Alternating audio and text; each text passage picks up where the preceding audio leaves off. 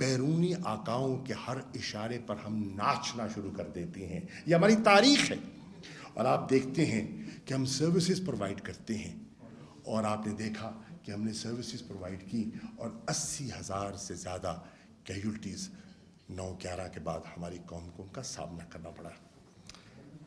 2018 کے الیکشن کے بعد جب عمران خان صاحب وزیر اعظم بنتے ہیں تو اس روش کو سامنے رکھتے ہوئے ہم حالات کو درست کرنے کی جستجو کا آغاز کرتے ہیں. منزل دور ہے لیکن ہم نے آغاز کیا. اس آغاز میں ہم نے پہلا پیغام دنیا کو دیا, اور وہ پہلا پیغام کیا تھا؟ پہلا پیغام جو ہم نے دنیا کو دیا, ہم نے جتنے ہمارے انٹرنیشنل پارٹنرز ہیں ان کو پیغام دیا کہ ہم کسی کیمپ پالیٹکس کا حصہ نہیں بننا چاہتے. ہم نے ان کو کہا کہ ہم نے ماضی میں برج بلڈنگ کا رول تو پلے کیا, اور تاریخ اس بات کی گواہ ہے کہ 70 کی دہائی میں چین اور امریکہ کے درمیان جو رابطے کیے گئے اور پل بنایا گیا وہ پاکستان نے اس کی جو ہے بنیاد رکھی. ہم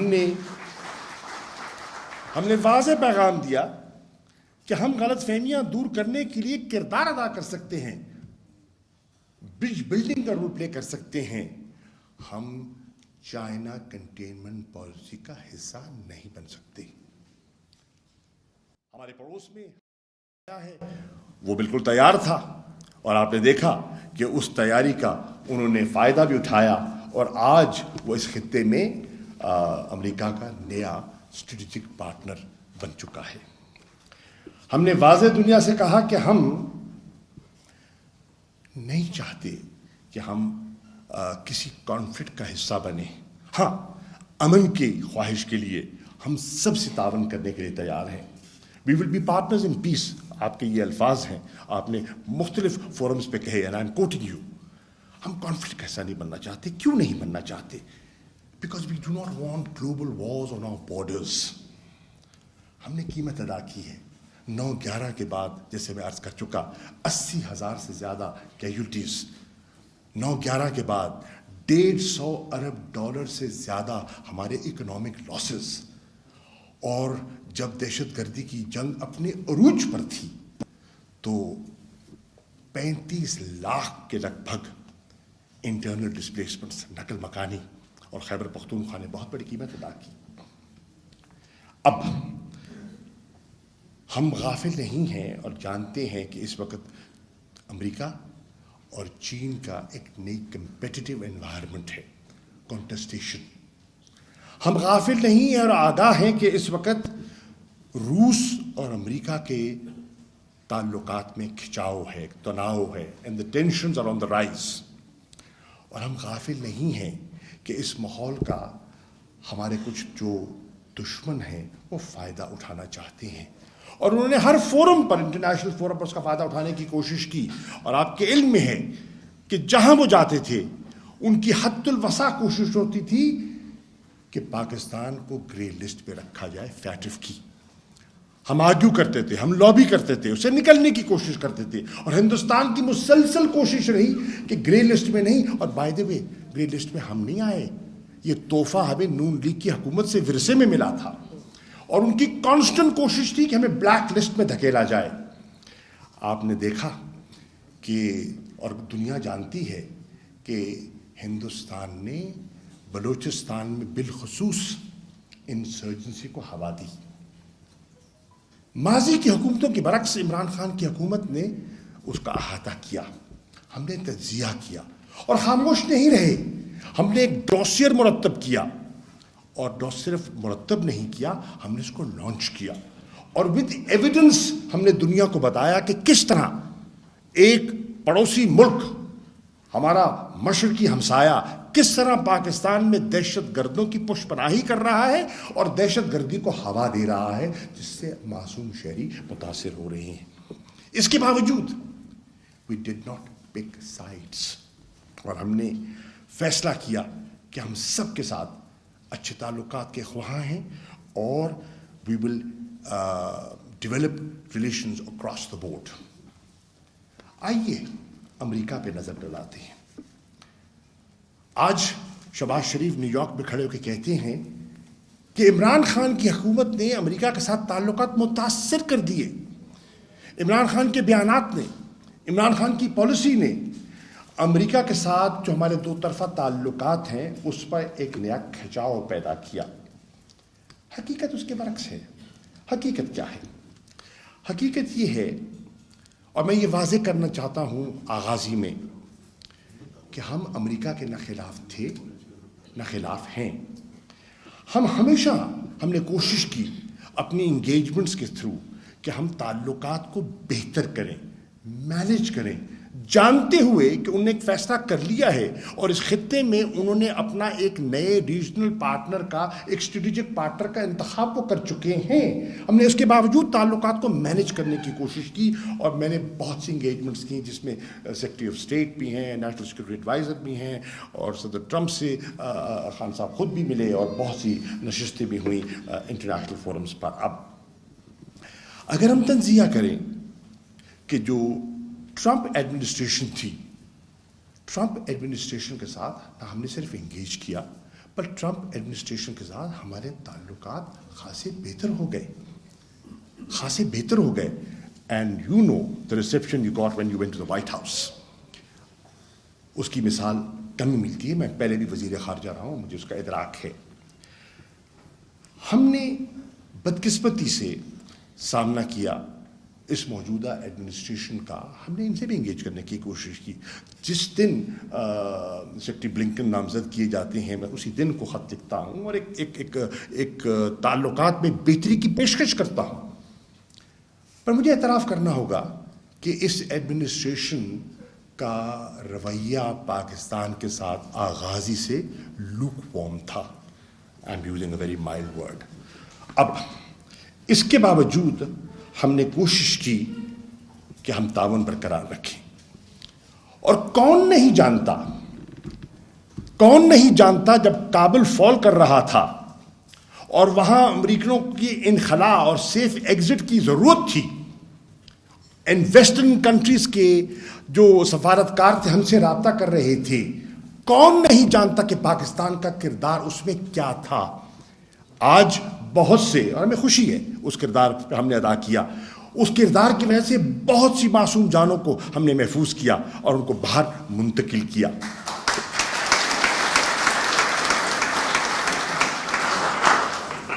اس کو اکنالج تو کیا جاتا ہے، اکنالج کیا گیا، لیکن کوئی تعلقات میں خاطر خواہ بہتری کے لیے پیش رفت نہ دکھائی دی. چین، خواتین حضرات، چین ہمارا ایک با اعتماد دوست تھا، ہے، اور میری نظر میں رہے گا انشاءاللہ. عمران خان کے دور میں، عمران خان کی حکومت میں چین کے ساتھ ہمارے تعلقات میں پہلے سے زیادہ گہرائی اور پہلے سے زیادہ اعتماد میں اضافہ ہوا. میں چشمدید گواہ ہوں اس آخری نشست کا جس میں عمران خان صاحب کی پریزیڈنٹ شی سے ملاقات ہوئی، پریمیئر لی سے ملاقات ہوئی، اور وہ جس ماحول میں ہوئی اور جو میسیجنگ ہوئی. میں پہلے بھی بہت سے چین کے حکمرانوں سے ملتا رہا ہوں، میں نے یہ گرم جوشی پہلے نہیں دیکھی جو میں نے آخری ملاقات میں، جب آپ اولمپکس کی گیمز کے لیے تشریف لے گئے تھے، ونٹر اولمپکس گیمز کے لیے، وہ میں نے ماضی میں نہیں دیکھی. عمران خان صاحب نے چین کے تعلقات کو اور جو اکنامک کوریڈور ہے اس کی اہمیت کو سامنے رکھتے ہوئے اس کو وسعت دی، اور ہم نے second phase of CPEC sign کیا.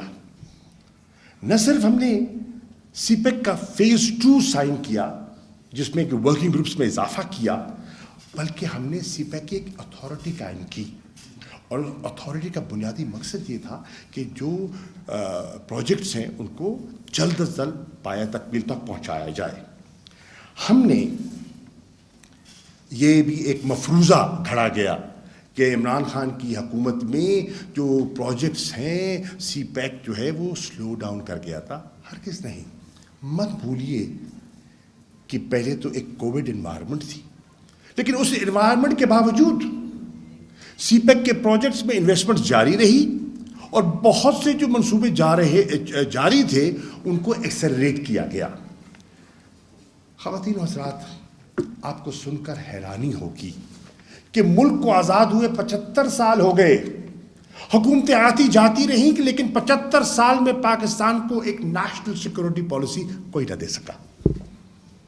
عمران خان صاحب کی حکومت میں ایک نیشنل سیکورٹی پالیسی پر ڈیبیٹ ہوئی، کنسنسس بلڈ ہوا اور اس کو لانچ کیا گیا، اور اس سیکورٹی پالیسی کو ڈیفائن کیا گیا، اس کے سکوپ کو بڑھایا گیا، اور اس کا جو محور وہ اکنامک سیکیورٹی کو رکھا گیا. اور یہاں میں خارجہ امور اور جو اکنامک اسٹیبلٹی کی لنکیج کی بات کر رہا ہوں.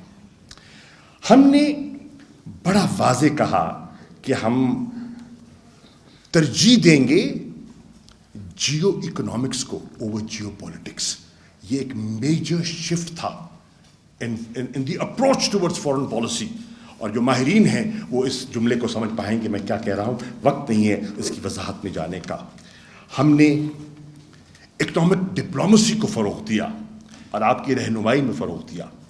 ہم نے ایمفسس لے کیا on regional connectivity for economic well being and stability of Pakistan, اور اس کے لیے ہم نے جو سینٹرل ایشین ریپبلکس ہیں ان کے ساتھ اپنے تعلقات میں ہیوی انویسٹمنٹ کی، اور اس انویسٹمنٹ کا نتیجہ یہ نکلا کہ وہاں ہمارے انویسٹمنٹ اور جو ایگریمنٹس ہیں، ٹریڈ ایگریمنٹس، نہ صرف ہم نے نیگوشیٹ کیے بلکہ معاہدے سائن کیے. خواتین و حضرات، ہندوستان ہماری پہلے دن سے، عمران خان صاحب کی حکومت کے پہلے دن سے ہماری یہ خواہش اور کوشش تھی کہ ہندوستان کے ساتھ ہمارے معمول کے تعلقات ہوں اور ہم اچھے ہمسایوں کی طرح رہ سکیں. عمران خان جب آتے ہیں اور پہلی تقریر کرتے ہیں 18 کے الیکشن کے بعد، تو وہ کیا کہتے ہیں؟ وہ کہتے ہیں آپ امن کی طرف ایک قدم اٹھائیں، میں 2 اٹھانے کو تیار ہوں. تو اس سے کیا ظاہر ہوتا ہے کہ ہماری سوچ کیا تھی؟ اور یہ ہماری سوچ کیوں تھی؟ یہ ہماری سوچ اس لیے تھی کہ تحریک انصاف کا اکنامک ایجنڈا تھا. تحریک انصاف سمجھتی تھی کہ اگر ہم نے پاکستان کو آگے بڑھانا ہے تو ہم نے پاکستان کے سوشل انڈیکیٹرز کو درست کرنا ہے. اگر ہم نے پاکستان کے سوشل انڈیکیٹرز کو درست کرنا ہے تو ہمیں پاکستان کو معاشی طور پر مستحکم کرنا ہے. اور ہمارا اکنامک ایجنڈا میں ایک بہت بڑا، اور عمران خان کو کئی تقریروں میں آپ نے سنا کہ one of the wonders of China was and is, کہ انہوں نے کروڑوں لوگوں کو غربت کی لکیر سے نکال کر اوپر لے کر آئے. تو عمران خان کی یہی تصور ہے. وہ پاکستان کی خارجہ پالیسی کو وہ سمت دیتے تھے جیسا کہ عام پاکستانی کی بھلائی مقصود تھی. غربت کی لکیر سے ان کو باہر نکالنا تھا. جو سسکیاں لے کر جی رہے ہیں ان کو جینے کا حق دینا تھا. یہ تھی ہماری خارجہ پالیسی. خواتین و حضرات، ہماری اس کوشش کے باوجود، ہمارے اس اشارے کے اور پیغام کے باوجود، بدقسمتی سے ہندوستان میں ایک ایسی حکومت معرض وجود میں آ گئی جس کی کہ ہندوتوا RSS سوچ تھی. ہمارے پازیٹیو جسٹس کو بھی ریسیپروکیٹ نہ کیا گیا، اور انہوں نے ایک ہندوتوا اور اینٹی مسلم ایجنڈا کو جب فالو کیا تو وہ راستے میں دیواریں کھڑی ہو گئیں، اور وہ جو ڈائلاگ پروسیس تھا اس کو انہوں نے اسکٹل کر دیا. ہم تو کبھی ہم نے ڈائلاگ سے انکار نہیں کیا تھا. ہم تو چاہتے ہیں کہ گفت چنی سے معاملات آگے بڑھائے جائیں، لیکن وہ کترا رہے تھے کیونکہ ان کا یہ ایجنڈا اور ان کا جو ریٹرک تھا وہ سامنے آ گیا. اور پھر اس کے ساتھ ساتھ انہوں نے غیر قانونی اور یک طرفہ اقدامات کا اعلان کیا. 5 اگست 2019 کو جو انہوں نے اقدامات اور میجرز جو انہوں نے اناؤنس کیے، وہ نہ صرف سیکیورٹی کاؤنسل کی قراردادوں کی نفی کرتے تھے، بلکہ جو شملہ معاہدہ تھا ہندوستان اور پاکستان کا، اس کی روح کے خلاف تھے. اور انہوں نے معاملات کو مزید، جسے کہتے ہیں نا، پیچیدہ کر دیا. خواتین و حضرات، لیکن اس کے باوجود ہم نے صبر اور استقامت سے آگے بڑھے.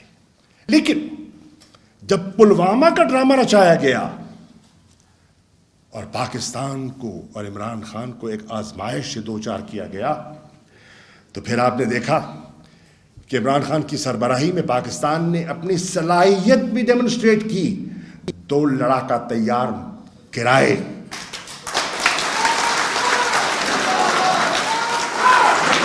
اور ابھی نندن کو چائے کی پیالی پلا کر واغا سے رخصت کیا گیا.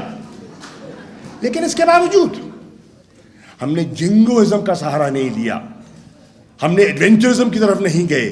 اس کے باوجود ہم نے ریسٹرینٹ کا مظاہرہ کیا اور ہم نے کہا کہ ہم معاملات کو امن سے آگے لے کر چلنا چاہتے ہیں.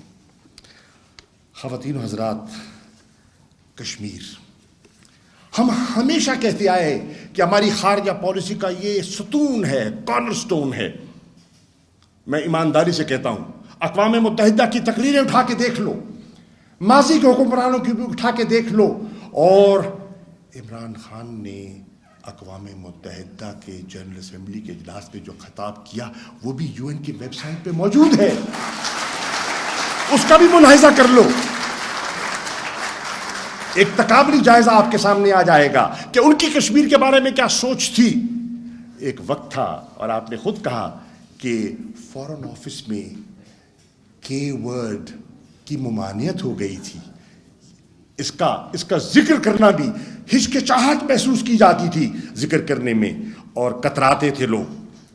لیکن الحمدللہ عمران خان نے ہر انٹرنیشنل فورم پر مسئلہ کشمیر کو اتنا اجاگر کیا اور کہا کہ میں سفیر ہوں کشمیر کا, اور میں یہ مقدمہ دنیا میں لے کر جاؤں گا, اور لے کر گئے. جتنی اوورسیز کمیونٹی کو اس ہمارے ان 3.5 سالہ دور میں یورپین کیپٹلز میں جو موبلائز کیا گیا, اس کی تاریخ نہیں ملتی. اگر ہے تو میرے سامنے لائیں, میں اس پر ڈیبیٹ کرنے کو تیار ہوں. آئے بلاول میرے ساتھ آئے, اس پر بحث کرے, ان نے کیا کیا, ہم نے کیا کیا.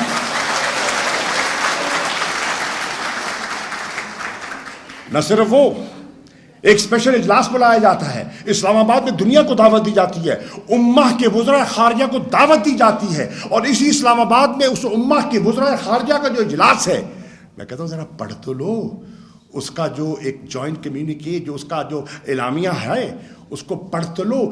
جتنی واضح اور جتنی ٹھوس کشمیر پر تحریک انصاف کی حکومت کا موقف ہے, اگر ماضی میں کسی ہے تو میرے سامنے لائے اور پڑھائے مجھے. خواتین و حضرات, جموں اور کشمیر میں, انڈین اللیگلی آکوپائڈ جموں اور کشمیر میں جو انسانی حقوق کی جو خلاف ورزی ہو رہی تھی اور ہو رہی ہے مسلسل, ہر انٹرنیشنل فورم پر الحمدللہ عمران خان نے اور ان کی ہدایت پر میں نے اس کو اجاگر کیا اور ہندوستان کو بے نقاب کیا. مجھے کوئی ان ریسنٹ ہسٹری مجھے نام لے کے بتائیے کس اور لیڈر نے اس شد و مت اور اس کنوکشن سے اس مسئلے کو اٹھایا ہو, میں اس کو سلام کروں گا. ایران ہمارا پڑوسی بھی ہے, اور جب ہم حکومت میں آئے تو خواتین و حضرات ہم نے محسوس کیا کہ ایران کے ساتھ جو ہماری روایتی تاریخی گرم جوشی تھی وہ سرد موری کا شکار ہے. چنانچہ ہم نے, کیونکہ ہمارا ایک لمبا بارڈر ہے ایران کے ساتھ, اور ہمارا انٹرسٹ تھا کہ یہ border of peace and stability رہے. ویسٹرن بارڈر جو افغانستان کا بگڑا ہوا, ایسٹرن بارڈر کشمیر کی طرف بگڑا ہوا, ایران کے بارڈر کو مستحکم رکھنا, اسٹیبل رکھنا پاکستان کے مفاد میں تھا. چنانچہ جانتے ہوئے کہ جو ایک انٹرنیشنل تناؤ ہے ایران پہ, ہم نے ایک آزادانہ اور اپنی قومی ضرورت کو سامنے رکھتے ہوئے ایران کے ساتھ تعلقات کو بہتر کیا. آمد و رفت ہوئی, جواز ظریف آئے, میں گیا, خان گئے, اور پھر ہم نے تعلقات میں بہتری پیدا کی.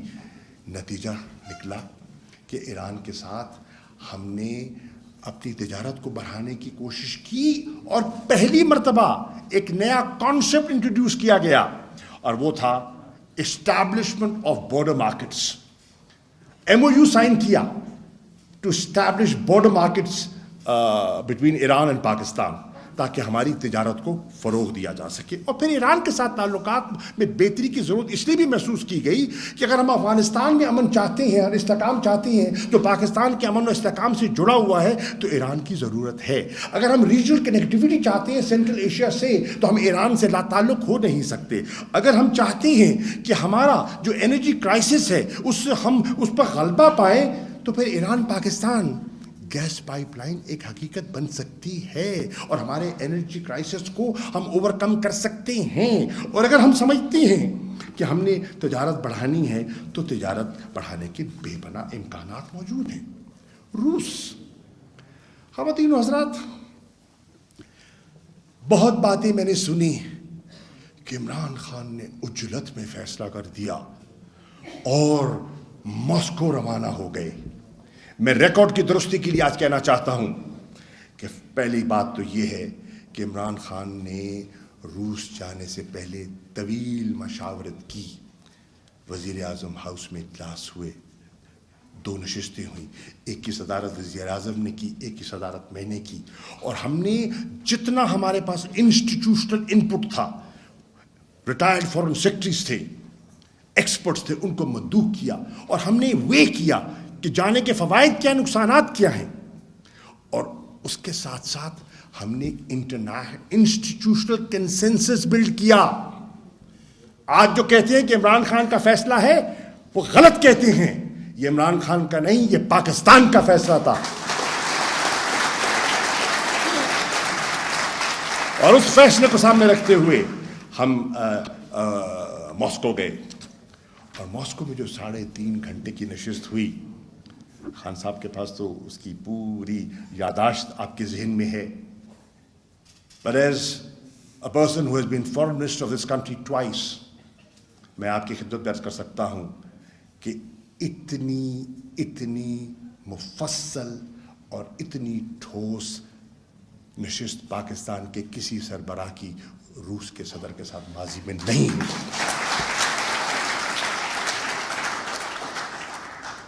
اور پھر جو لوگ ہم پہ تنقید کرتے ہیں, میں ان کو سوال کرتا ہوں, اگر امریکہ ہندوستان کو اپنا اسٹریٹجک پارٹنر بنا سکتا ہے اور پاکستان اس پہ اعتراض نہیں کرتا, تو اگر ہم روس کے ساتھ اپنے تعلقات میں اپنے ملک کے مفاد کے لیے بہتری لانا چاہتے ہیں تو اس پہ کسی کو اعتراض کیوں ہونا چاہیے؟ ہم کیا کہہ رہے ہیں؟ ہم کسی کے خلاف کوئی محاذرائی تو نہیں پیدا کرنا چاہ رہے. ہم تو اپنی بہتری کے لیے کچھ اقدامات ہیں جس پہ اگر آپ بتائیے, اگر ہم افغانستان میں امن چاہتے ہیں, سینٹرل ایشیا میں کنیکٹیوٹی چاہتے ہیں, کیا روس کے بغیر ممکن ہے؟ اگر ہم مارکیٹس کی رسائی چاہتے ہیں اور یوریشین ریجن کو اگر ہم نے ادھر تک ہم نے رسائی اپنی برآمدات کی لے کر جانی ہے, تو کیا روس کے بغیر یہ ممکن ہے؟ نہیں ہے. اگر ہم نے انویسٹمنٹس کو پروموٹ کرنا ہے اور ٹیکنالوجی ٹرانسفرز ہونی ہے تو روس کا ایک اہم رول ہے, اور ہم نے کیا ہے. کھٹائی میں پڑا ہوا تھا منصوبہ سال سے, جو عمران خان کی حکومت نے گفت و شنید کے ساتھ north south gas pipeline کا معاہدہ مکمل کیا تاکہ ملک میں یہ انرجی کرائسس سے ہم باہر نکلیں, جس میں انویسٹمنٹ ہونی تھی, پاکستان میں انویسٹمنٹ ہونی تھی, اور ہم نے اس کو فروغ دیا.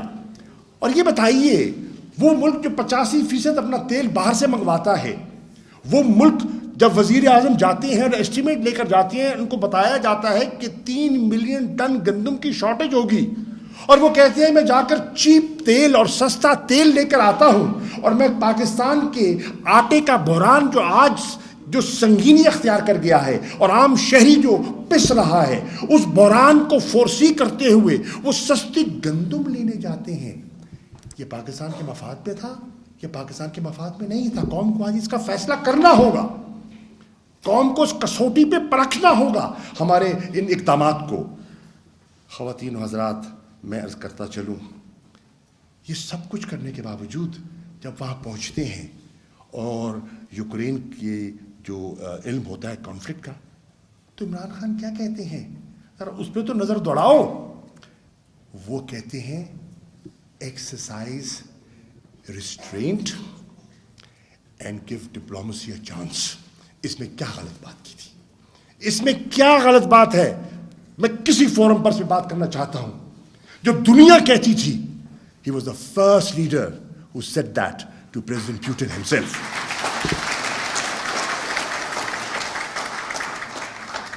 ہاں, ہم نے سلامتی کاؤنسل میں ایبسٹین کیا, ہیومن رائٹس کاؤنسل میں ایبسٹین کیا.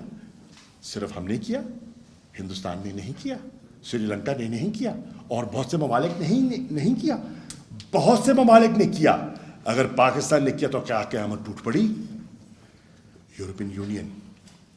یورپ میں بہت بڑی پاکستانی کمیونٹی رہتی ہے اور بہت بڑی منڈی ہے ہماری برآمدات کی. تحریک انصاف کی پہلی حکومت ہے اور عمران خان کی حکومت ہے جس سے گفتگو تو ہوتی رہی لیکن ہم نے گفتگو کو منطقی انجام تک پہنچایا. اور مجھے یہ کہتے ہوئے مسرت محسوس ہو رہی ہے کہ پی ٹی آئی کی گورنمنٹ نے یورپین یونین کے ساتھ ایک long term strategic engagement plan پر دستخط کیے.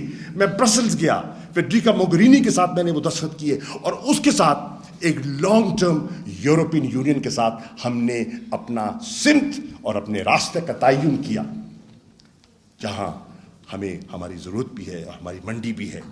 خواتین و حضرات, ہم نے لابی کی جی ایس پی پلس فیسلٹی جس کی میعاد ختم ہو رہی ہے 2023 میں, اور 2023 کی فیسلٹی کے لیے ہم کہہ رہے ہیں کہ پاکستان کو بڑھائی جائے تاکہ ہماری ایکسپورٹس بڑھتی رہیں. اور ہوا کیا کہ کووڈ کے انوائرمنٹ میں جہاں دنیا کی گلوبل اکانومی کانٹریکٹ کر رہی تھی, یورپ میں ہماری ایکسپورٹس میں اضافہ ہوا because of GSP Plus, and it was a two-way beneficial thing. Engagement with Africa Initiative. 1 ارب کا کانٹیننٹ, 50 سے زیادہ ممالک اس کا حصہ, اور پاکستان کا اس سے کوئی ہمارے روابط نہ ہونے کے برابر. عمران خان کیا کرتے ہیں؟ عمران خان اس کی افریقن کانٹیننٹ کی اہمیت کو سمجھتی ہے اور کہتے ہیں کہ لیٹ اس انگیج ود افریقہ. ہم نے نئے مشنز کھولنے کا فیصلہ کیا, ہم نے کئی مشنز کو اپ گریڈ کیا, ہم نے تجارت کو فروغ دیا, اور نتیجتاً 2 سالوں میں عمران خان کے 2 سالوں میں افریقن کانٹیننٹ کے ساتھ آپ کی ٹریڈ میں 7% اضافہ ہوتا ہے. اور جب ہم اقوام متحدہ کی بات کرتے ہیں اور سیکورٹی کونسل ریفارمز کی بات کرتے ہیں, UN کی اصلاحات کی بات کرتے ہیں, تو مت بھولیے African countries are a very important group. یہ ایک گروپ ہے جس کو کافی گروپ بھی کہتے تھے اور آج اس کو کہتے ہیں گروپ UFC گروپ. اس پہ پاکستان کی جو ضرورت ہے اس کو ہم نے سامنے رکھتے ہوئے ہم آگے بڑھے. اب میں اپنی بات کو ختم کرتے ہوئے صرف یہ کہنا چاہوں گا کہ قومیں جب اپنے حقوق کے لیے کھڑی نہیں ہوتی تو دنیا ان کی عزت نہیں کرتی, اور قوموں کو کھڑا کرنے کے لیے قیادت کی ضرورت ہوتی ہے. You need leaders not پگمیز.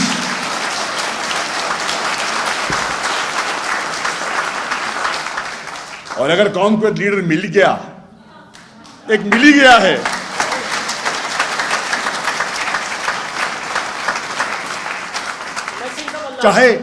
چاہے ان کا سیاست سے پہلے کوئی ان کے ذہن میں سیاست نہیں تھی, وہ انہوں نے ایک نیشنل ہیرو تھے اور فیلنتھروپک کام کیا. قوم کو ڈوبتی سسکتی قوم کو دیکھ کے انہیں فیصلہ کیا کہ میں نے ہاتھ سنبھالنا ہے اس قوم کا. اس نا امیدی میں میں نے ایک امید کا دیا جلانا ہے. 47 کی آزادی کو حقیقی آزادی کا روپ دینا ہے. یہ گناہ ہے عمران خان کا, یہ قصور ہے, سزا دو اس کو.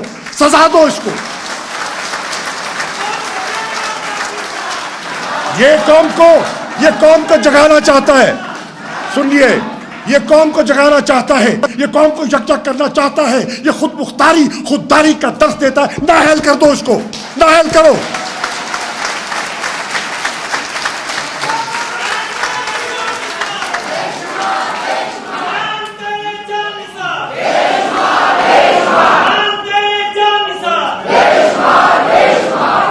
کہتے ہیں کہ پاکستانیوں, نہ تم کوئی معمولی ملک ہو اور نہ تم کمزور ملک ہو. جو 6 دنیا کی بڑی مملکت ہو وہ معمولی ملک نہیں ہوتا. جو ایٹمی قوت ہو اس کو آپ اس طرح اس کو فار گرانٹیڈ نہیں لے سکتے.